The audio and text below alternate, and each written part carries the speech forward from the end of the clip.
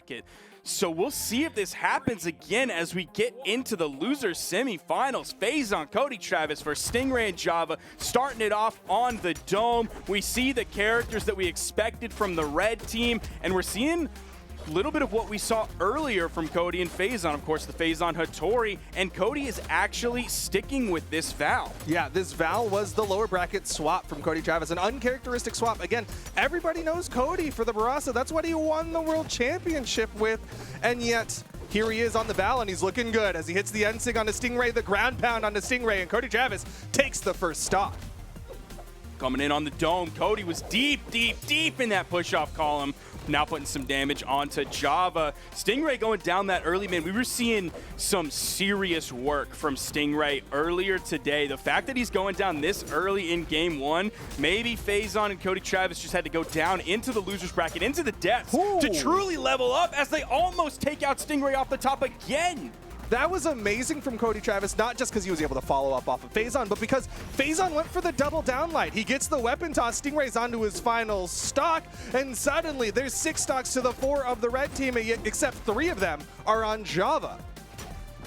Nice side air from Stingray. He's turning around. Gonna go for the double as well. The double meant that Java fell out of it, so he stopped doing that damage to Java, continued to do it onto Phazon, and got the stock. Yeah, but the side air connects, and Stingray's there to cover Java. The numbers is there, but unfortunately, Java's gonna fall. Now it's 4 stocks left of the blue team versus the 3 of the red team. Stingray, though, you gotta give him credit. He got onto this final stock very early, but he's taken next to no damage since then. See 2 Gauntlet players going at it right now. All of a sudden, Stingray moves to the left side, and he might regret that decision as Phazon almost takes him off the top, and then Cody almost takes him off the top. Blue team opting to go for the team combo onto Java. In the meantime, Java does not find the kick, and Cody finds the side air. Stingray is out of there. It's all left to Java for game number 1. Looks like history will not be repeating itself. Java is very damaged. Even though he has 2 stocks to go through, I can't believe he didn't get caught by that first Ninja Star that Cody threw out, dude. He dodged it, right, and then got another one. Cody actually got in there and got a hand on that one, got the recovery, and got the KO. Java on his final stock. This is hard. 2 recovery interruptions that they just got back-to-back onto Java. He's retreating over to the wall. Gonna fend off Phazon pretty well as he moves over to the left side, right on that corner.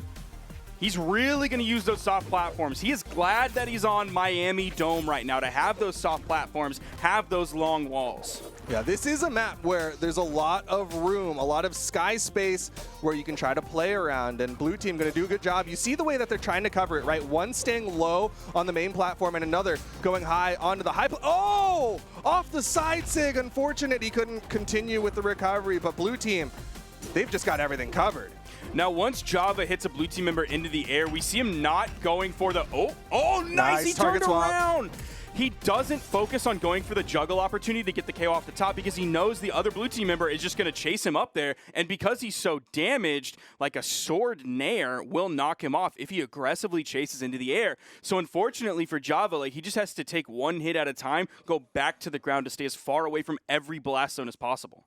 Yeah, he really was trying to play that 1v2, but man, that was a tough one, and we're going into the next one. All things considered, though, Stingray put out more damage, 289 versus the 269 put out by Java. That's Stingray, man, being crazy. Even though he's taken out so early in the game, he's still putting out a decent number, at least for the amount of time that he was in the game. On the other side, Phazon putting out more damage than Cody Travis that time. Well, we do know Phazon has had those peaks, those times where he's able to put out a lot. And honestly, Cody Travis didn't really get a lot of opportunities to put out damage because he was too busy getting KOs. Yeah. He was getting some quick ones in the offstage, all on the Gauntlets. 501 damage put out on the Gauntlets. And we're going into game number 2, and suddenly Stingray is going back to the Classic.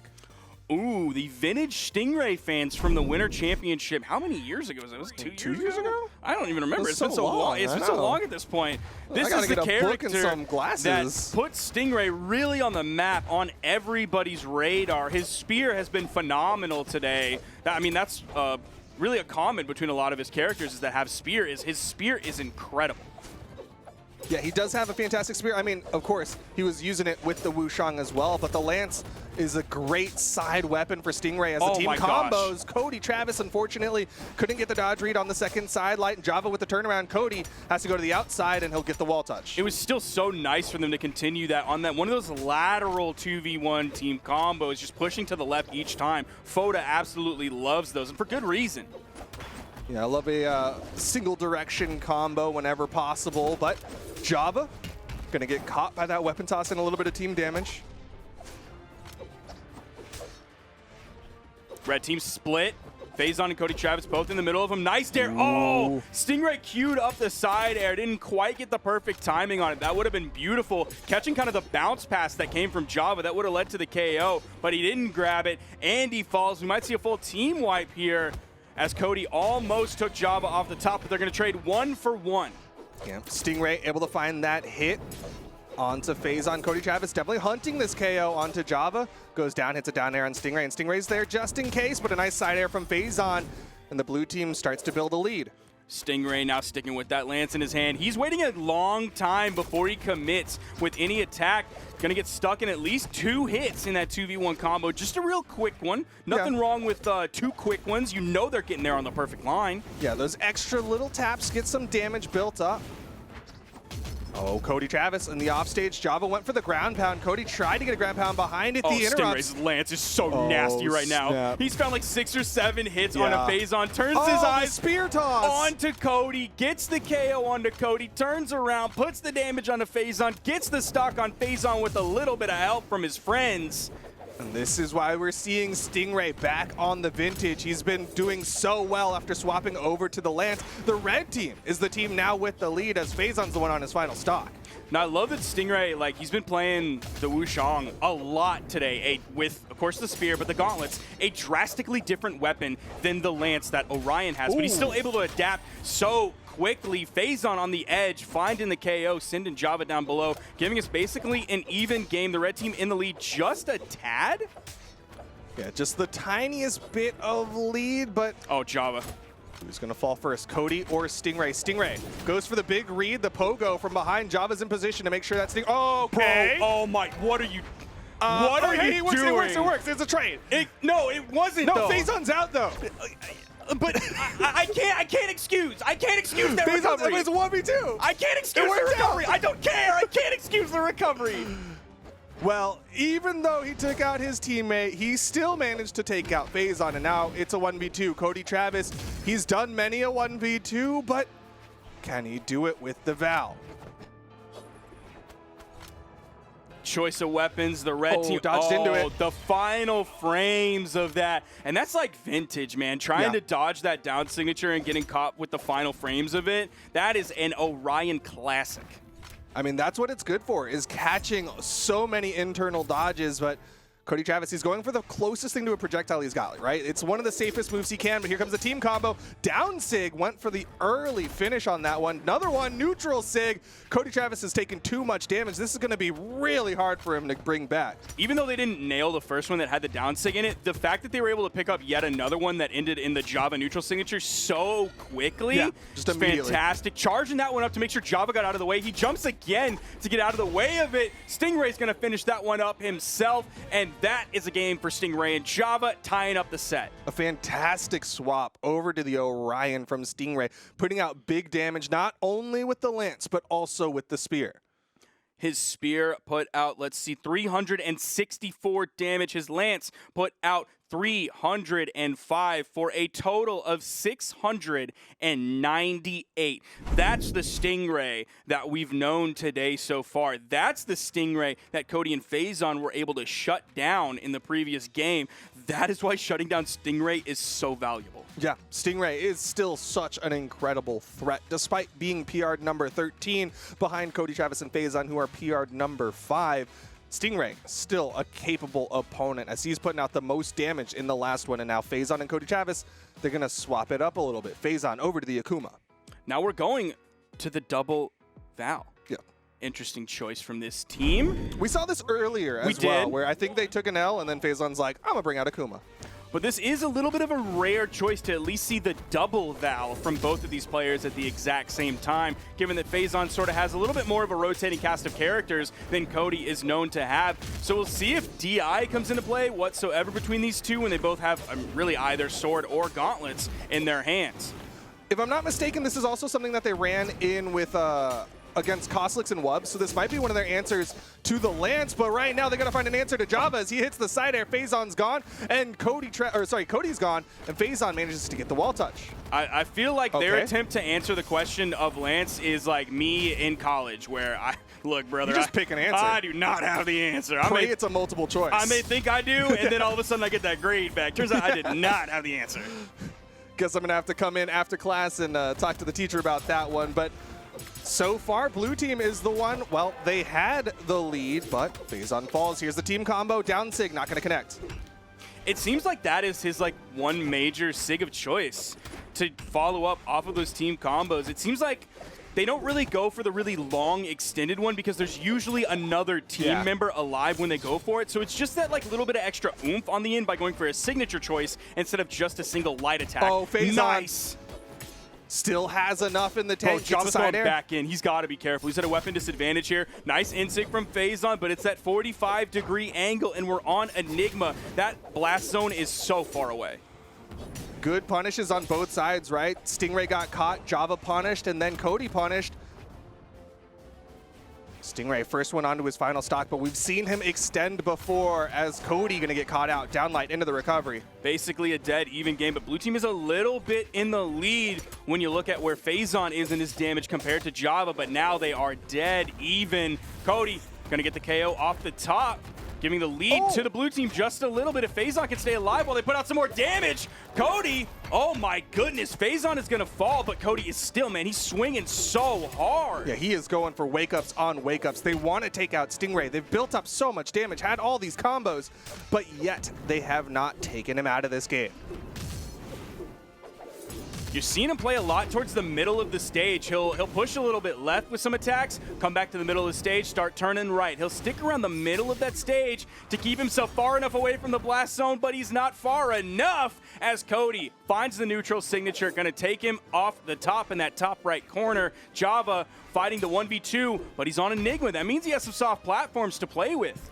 And this is a much better 1v2. Oh, double down light into the side air. Phazon finishes it off. I was going to say he had a chance because it was everybody on their final stocks and they were at least kind of damaged. It wasn't 1 stock to 4. You saw him go for that D-Sig. Honestly, if that D-Sig hit, that would have killed.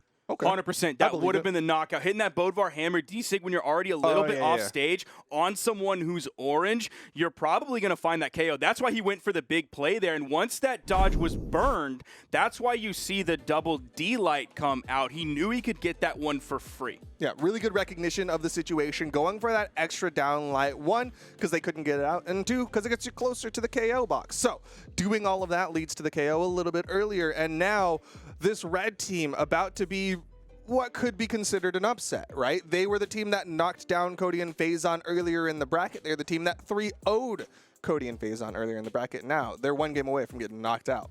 We definitely have a different story than the set that we saw previously. You and I can both see the lobby right now. Everybody has locked in a character, one that we expected, and now we're seeing Java try to figure out, maybe delay just a little bit on who he wants to pick. I mean, we could have all put money down, and I think everybody's answer would have probably been the Bodvar, but he did take a moment, so we were going to wait and see what it was before calling out that Bodvar. Same characters. We'll see if we go to a soft platform stage. We still have Mammoth Fortress on the board. We have Great Hall on the board, and we have Apocalypse. Great Hall, of course, has a soft platform, and then Apocalypse and Mammoth Fortress have a single one that kind of moves around the map a little bit. Yeah, and it looks like it's going to be Mammoth Fortress for game number 4. Did I do the math right? Something like that. Something like that. Yeah, that sounds about right.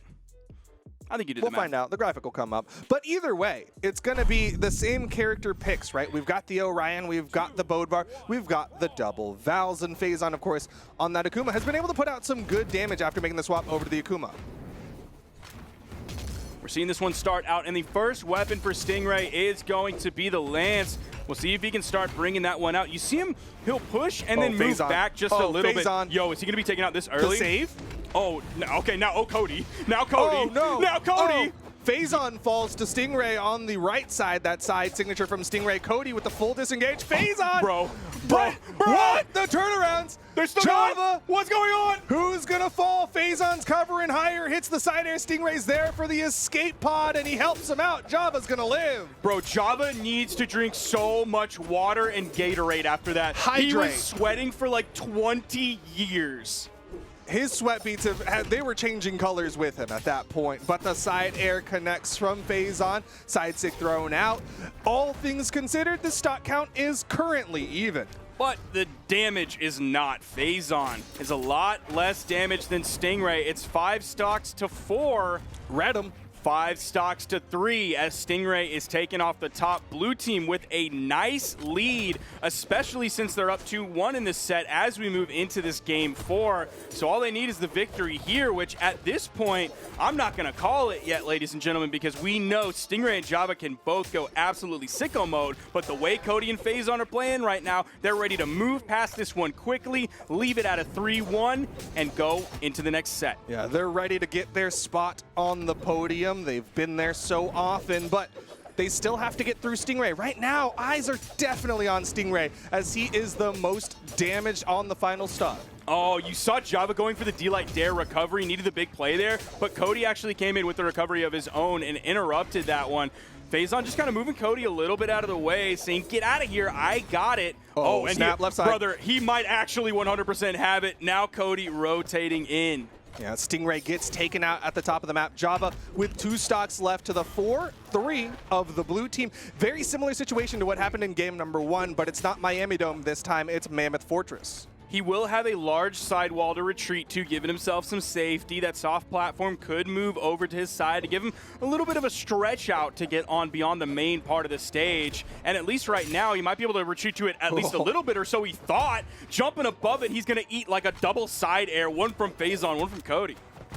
Yeah, just taking all that damage in a short time span. Cody was looking a little risky down there. Looks like he was playing around a little bit. Java does get the wall touch, fakes like he's gonna rotate, but eats a recovery from Cody Travis. Final stock here from Java. The team's hopes now rely on Java's final stock. He's going to need to play perfect Brawlhalla, and he's also going to need a miracle. They wanted to carry him all the way across the stage from East Coast to West Coast, giving him a veritable tour of the Mammoth Fortress. Wanted to let him see every single time zone, but instead he's going to be stuck in one as there's 4 minutes and 50 seconds left for Java to hopefully try to take him down. He does take Cody to the left side. Can he get the wall touch? He does, but Phazon with the punish. Big side air. That was huge. And weapon toss, cleaning that one up. The weapon toss was nowhere near Phazon, and that is going to be the set. Again, you shut down Stingray, you force him onto 187 damage,